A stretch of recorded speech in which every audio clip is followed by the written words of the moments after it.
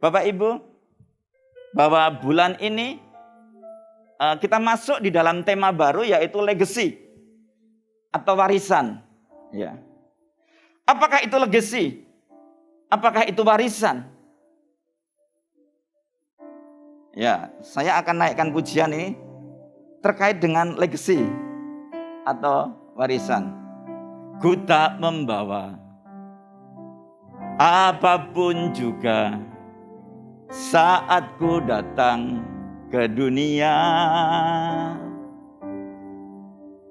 Ku tinggal semua pada akhirnya saat ku kembali ke surga. Nah, Bapak Ibu, warisan adalah segala sesuatu yang kita tinggalkan ketika kita kembali kepada Bapa. Itulah yang disebut warisan. Itulah yang disebut dengan legacy.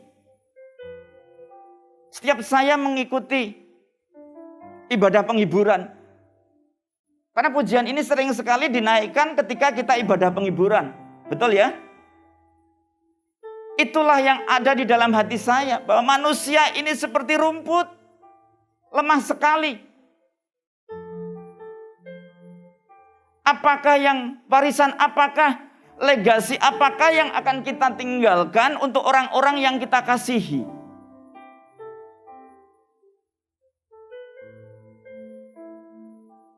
Mari kita renungkan. Legasi, warisan apakah yang akan kita tinggalkan untuk orang-orang yang kita kasihi? Mazmur 37 ayat 18. Warisan itu bicara tentang milik pusaka. Tuhan mengetahui hari-hari orang saleh, dan milik pusaka mereka akan tetap selama-lamanya. Milik pusaka inilah warisan yang akan kita tinggalkan untuk orang-orang yang kita kasihi. Ya. Di dalam terjemahan lain dikatakan demikian. Tuhan menjaga hidup. Ya. Tuhan melindungi orang-orang yang saleh. Siapakah orang yang saleh?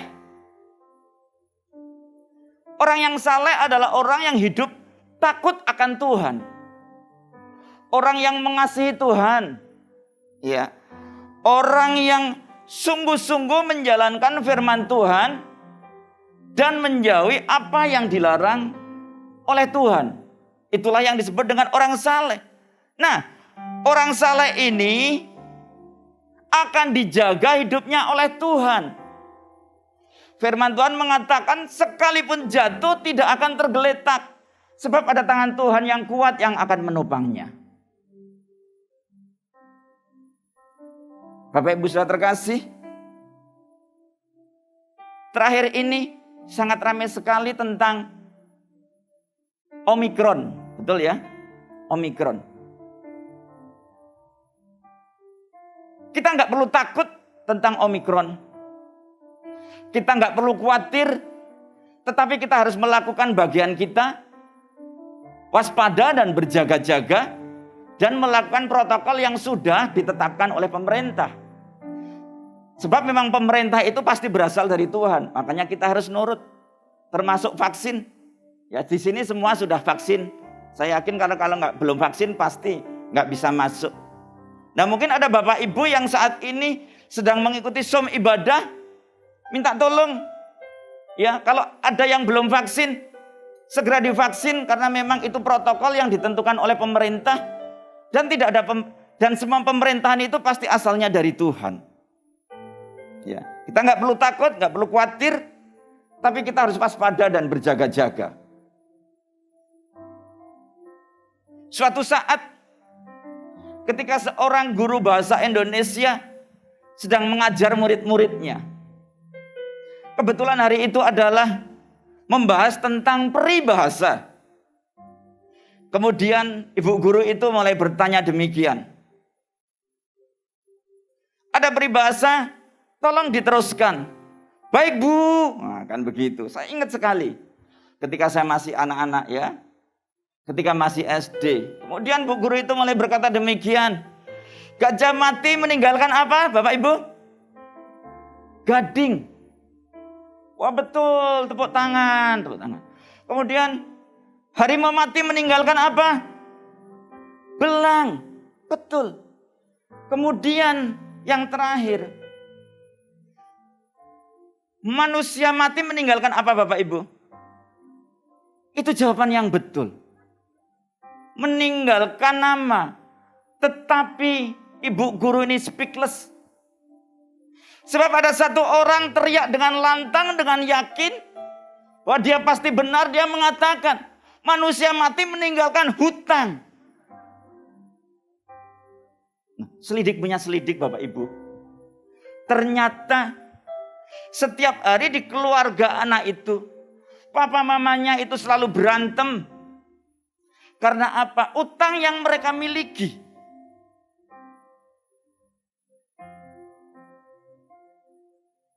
Kehidupan ekonomi keluarga itu sebetulnya tidak kekurangan. Sebetulnya. Ya, kan hidup ini mudah. Hidup ini murah. Yang bikin sulit dan bikin mahal itu apa? Gaya hidup. Apalagi kalau hidupnya gaya. Kita semua tahu, setiap berapa bulan sekali ada HP yang muncul. Seri terbaru, betul? Setiap berapa tahun sekali muncul mobil dengan apa? Seri terbaru. Saya tidak anti kita ganti HP setiap ada seri baru. Saya tidak anti kita beli mobil setiap ada mobil baru. Tetapi perlu kita pertimbangkan uang yang kita pakai untuk beli itu uang apa. Kalau itu uang utangan, bertobat. Betul ya? Setuju ya? Dalam pandemi ini saya banyak ketemu orang. Ada orang yang sukacita karena apa? Pak, puji Tuhan. Utang saya sudah lunas. Sehingga waktu pandemi ini saya merasa terselamatkan karena nggak perlu bayar utang. Ada yang Pak berat sekali sebab utang saya banyak. Pandemi ini mengajarkan kepada kita untuk kita hidup tidak melebihi plafon kekuatan kita. Sebab kalau tidak, kita akan mengalami seperti anak yang tadi itu. Nanti kalau anak kita ditanya oleh gurunya, manusia mati meninggalkan apa?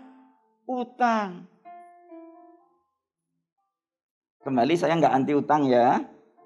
Utang kalau produktif itu bagus. Tetapi kalau utang untuk gaya hidup, tolong bertobat.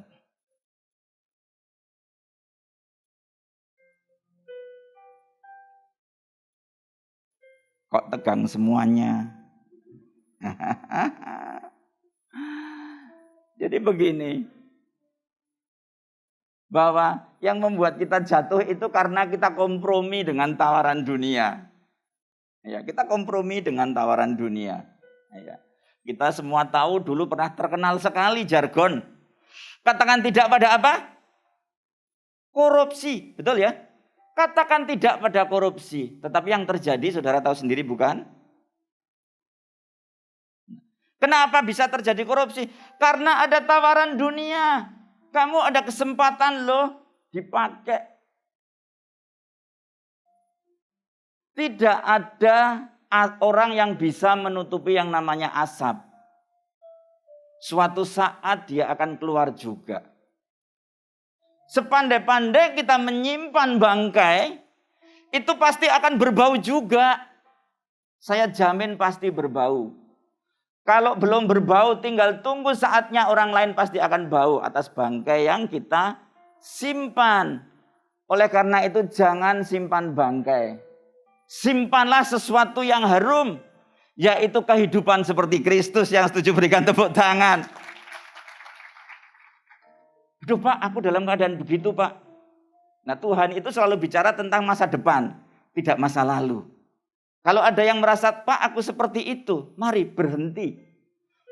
Ketika firman ini disampaikan, Bapak Ibu sadar, berhenti bertobat. Berbalik kepada Tuhan. Sebab Tuhan itu sudah menanti-nantikan saatnya hendak memberkati kita. Yang menghalangi berkatnya itu apa? Dosa-dosa kita. Salah satunya adalah kompromi dengan dunia. Nah, kita semua tahu bahwa kita buka aja Ayub 1 ayat 1. Ayub 1 ayat 1.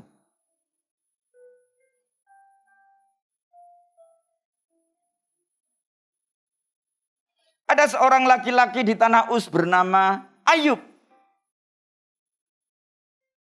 Orang itu apa saudara? Saleh dan jujur. Ia takut akan Allah dan menjauhi kejahatan. Kehidupannya perfect.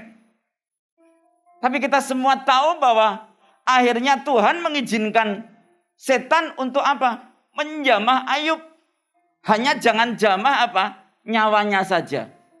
Ini artinya mungkin Bapak dan Ibu saudara terkasih sudah hidup saleh, hidup takut akan Tuhan, hidup mengasihi Tuhan.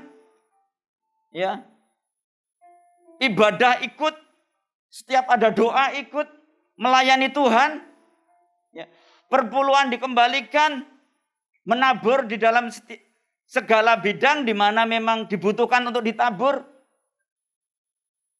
Itu bukan berarti, bukan jaminan Bapak dan Ibu tidak mengalami yang namanya tantangan. Tidak mengalami yang namanya pergumulan. Tetapi kita perlu tahu bahwa setiap pergumulan yang kita hadapi, permasalahan yang kita hadapi, pasti tidak melebihi kekuatan kita. Digaransi oleh firman Tuhan. Kita semua tahu bahwa akhirnya Ayub mempunyai 7 anak laki-laki dan 3 anak perempuan. Itu mati semua. Harta bendanya ludes. Bahkan kesehatannya pun diserang.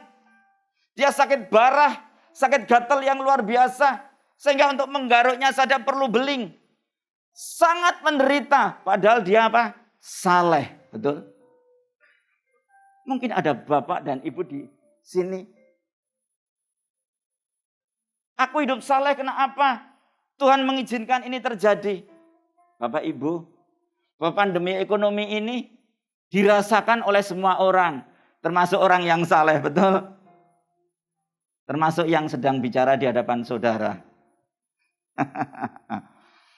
Pak, tapi Pak selalu tersenyum. Iya. Sebab apa? Saya nggak melihat masalahnya. Saya melihat ada Tuhan yang lebih besar dari masalah kita. Yang setuju berikan tepuk tangan. Kalau kita melihat masalah kita, wah, ya kita bisa keder. Makanya berhenti melihat masalah kita. Mulai melihat Tuhan. Yang janjinya pasti ya dan amin. Kita semua tahu pada akhirnya Ayub ini dipulihkan. Bahkan 2 kali lipat. Mengapa? Karena dia kuat, dia tahan. Dia mampu menguasai hati dan dirinya ketika dia sedang ada di dalam pergumulan. Pergumulan yang tidak mudah itu dia mampu bertahan. Bahkan ketika belahan jiwanya mengajarkan kepada dia, kutukilah Allahmu. Dia tidak melakukan dosa apapun. Ada kan lagu yang terkenalnya, separuh jiwaku pergi, kan gitu. Separuh jiwaku mengajak aku kompromi kepada dunia. Berani katakan tidak pada kompromi. Dan luar biasa, Tuhan memulihkan Ayub 2 kali lipat. Dan bahkan dicatat 3 orang anak perempuan anak Ayub. Itu kan Yemima, Kesia, sama Karen Hebuk. Itu adalah tercatat di firman Tuhan bahwa wanita yang tercantik pada saat itu. Saat ini mungkin saudara sedang ada di dalam pergumulan. Terus pegang firman Tuhan. Sebab melalui pergumulan itu, Tuhan mau membuktikan kepada saudara dan orang-orang di sekitar kita bahwa kita punya Tuhan yang hebat. Yang mampu memulihkan, bahkan menambahkan, melipat kali gandakan apa yang sudah terhilang. Kita jangan seperti Simson. Kita semua tahu Simson ya. Simson itu mempunyai panggilan yang spesifik dari Tuhan. Ya, mempunyai rencana yang spesifik. Setiap kita ini punya rencana, panggilan yang sama menjadi seperti Kristus dan membuat orang lain menjadi seperti Kristus. Tetapi Tuhan juga punya rencana yang spesifik dalam kehidupan kita. Misalnya apa? Ada yang jadi dokter, ada yang jadi ahli ekonomi, ada yang jadi arsitek. Itu rencana spesifiknya. Tetapi rencana umumnya adalah menjadi seperti Kristus dan membuat orang lain menjadi seperti Kristus. Nah, Simson ini Tuhan mempunyai rencana untuk menjadi hakim bagi orang-orang Israel yang saat itu dijajah oleh orang Filistin. Dia diberikan oleh Tuhan kekuatan yang sangat luar biasa. Dia perang gak pernah kalah, berantem gak pernah kalah. Bahkan oleh karena kekuatannya dia pernah mengalahkan 1000 orang hanya dengan rahang keledai. Betapa hebatnya dia. Kita baca bersama.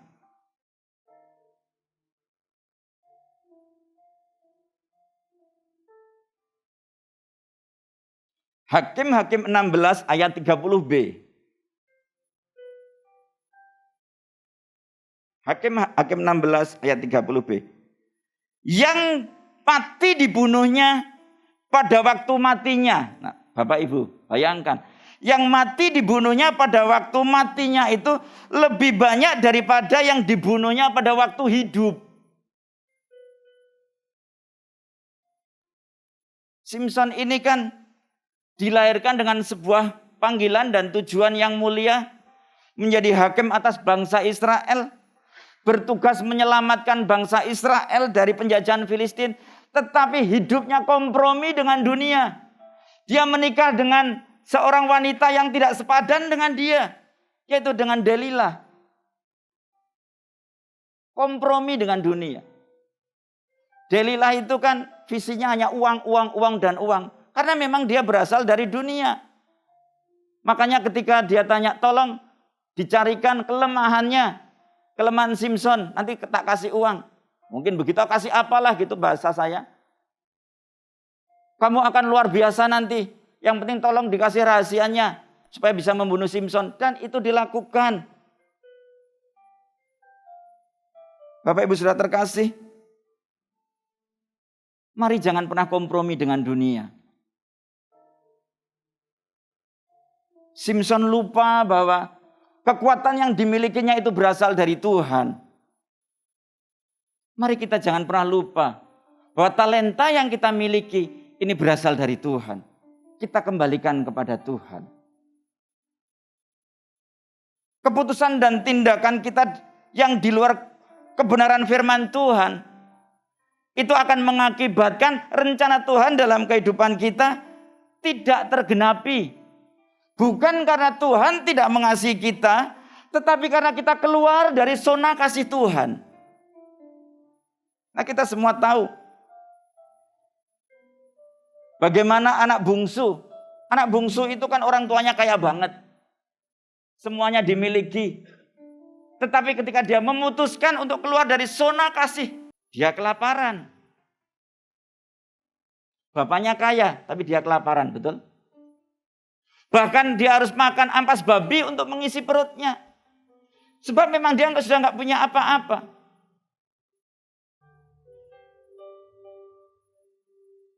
Apakah karena bapaknya tidak mengasihi dia? Bapaknya sangat mengasihi dia.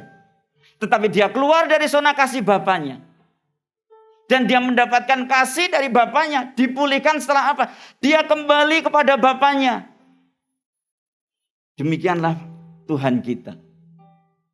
Mari cek kehidupan kita. Jangan-jangan kita sedang keluar dari zona kasih Bapa. Kita sedang kompromi. Mata kita lebih tergiur dengan dunia yang gemerlap. Ya. Lebih tergiur dengan, ada mobil baru. Padahal untuk punya itu kita harus utang. Nilai hidup kita tidak tergantung pada mobil kita. Nilai hidup kita tidak tergantung pada HP kita. Nilai hidup kita tidak tergantung pada rumah kita yang kita miliki. Tetapi nilai hidup kita tergantung dari siapa yang memiliki kita, yaitu Yesus Kristus Tuhan kita. Jadi jangan lagi pernah merasa minder sama orang lain, nggak perlu. Ya, nggak perlu minder dengan orang lain. Mungkin kita masih naik sepeda motor butut lagi. Jadi suatu saat, ini benar terjadi, saya diajak ketemuan sama seseorang. Saya belum pernah tahu orang itu siapa. Bukan orang gereja. Ya. Kemudian, ayo Pak Anton, ketemuan di restoran ini. Ya waktu itu saya juga lugu sekali sih Bapak Ibu.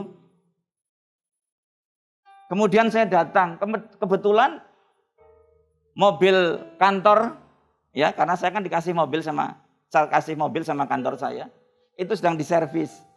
Sehingga saya harus pakai sepeda motor ke restoran itu. Restorannya terbuka, jadi orang pasti melihat kalau saya datang. Sepeda motornya butut lagi. Saya datang, Bapak Ibu, disitulah saya melihat bahwa orang itu tidak melihat apa yang kita bawa. Tapi orang cenderung melihat dari sikap kita. Kenapa sikap? Ya karena orang itu belum pernah ketemu saya. Saya baru pertama kalinya. Saya bawa motor butut, dia bawa Mercedes-Benz Bapak Ibu. Tetapi sangat respect sekali. Mengapa? Ya karena saya respect dengan dia. Dan itu adalah awal perkenalan kami dan akhirnya dia sangat baik sekali dengan saya. Dia nggak melihat saya naik sepeda motor butut, enggak. Oleh karena itu Bapak Ibu, mungkin Bapak Ibu diberkati luar biasa. Jangan memandang sebelah mata dengan orang yang hanya memakai sepeda motor butut. Yang setuju katakan amin. Semua orang di hadapan Tuhan itu sama. Yang membedakan apakah hidup kita melekat kepadanya atau tidak. Jadi saya itu sebetulnya sungguh sedih kalau ada orang membeda-bedakan. Kemarin kan guyon-guyon. Wah Pak, ada. Tapi cuma guyon ini. Kalau yang didoakan keren, doanya bisa panjang Pak. Tapi kalau kelihatan nggak keren yang didoakan, doanya pendek Pak. Lo tahu nggak? Saya bilang. Doa itu di hadapan Tuhan sama saja. Yang membedakan motivasi hati kita yang membedakan. Mari kita belajar. Semua orang sama di hadapan Tuhan. Bapak Ibu sudah terkasih. Oleh karena Simson ya tidak setia kepada panggilannya dan sungguh-sungguh hidup seturut kehendak Tuhan. Legacy atau warisan rohani yang ditinggalkan bukan sebagai pahlawan pembebas bangsa Israel. Sebagai akibat kehidupan Simson. Simson hanya dikenal sebagai apa? Orang kuat yang lemah. Dia memang kuat, iya. Tetapi dia lemah terhadap wanita yang tidak sepadan dengan dia. Ya.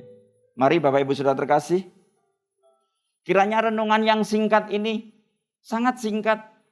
Ya, sebetulnya masih banyak yang akan saya sampaikan, tetapi waktunya sudah habis. Bapak Ibu nggak tahu kan, kita sudah lewat waktunya nih. Makanya saya sungkan. Padahal bahan saya masih ada. Ya. Baik, mari pemuji. Jadi begini, mari kita tinggalkan legacy, warisan yang menyenangkan, yang membuat Tuhan kita bangga, yang membuat orang-orang yang kita kasih bangga. Sehingga bisa berjalan dengan kepala yang tidak tertunduk. Bayangkan, seandainya saya seorang anak koruptor.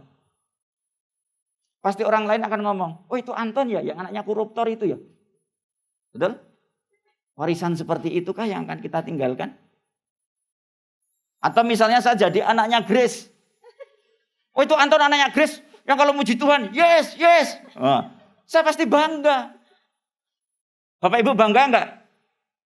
Bangga. Mari kita buat bangga orang-orang di sekitar kita yang sangat mengasihi kita. Ya. Mari. Kita siapkan perjamuan kudus. Kita naikkan pujian.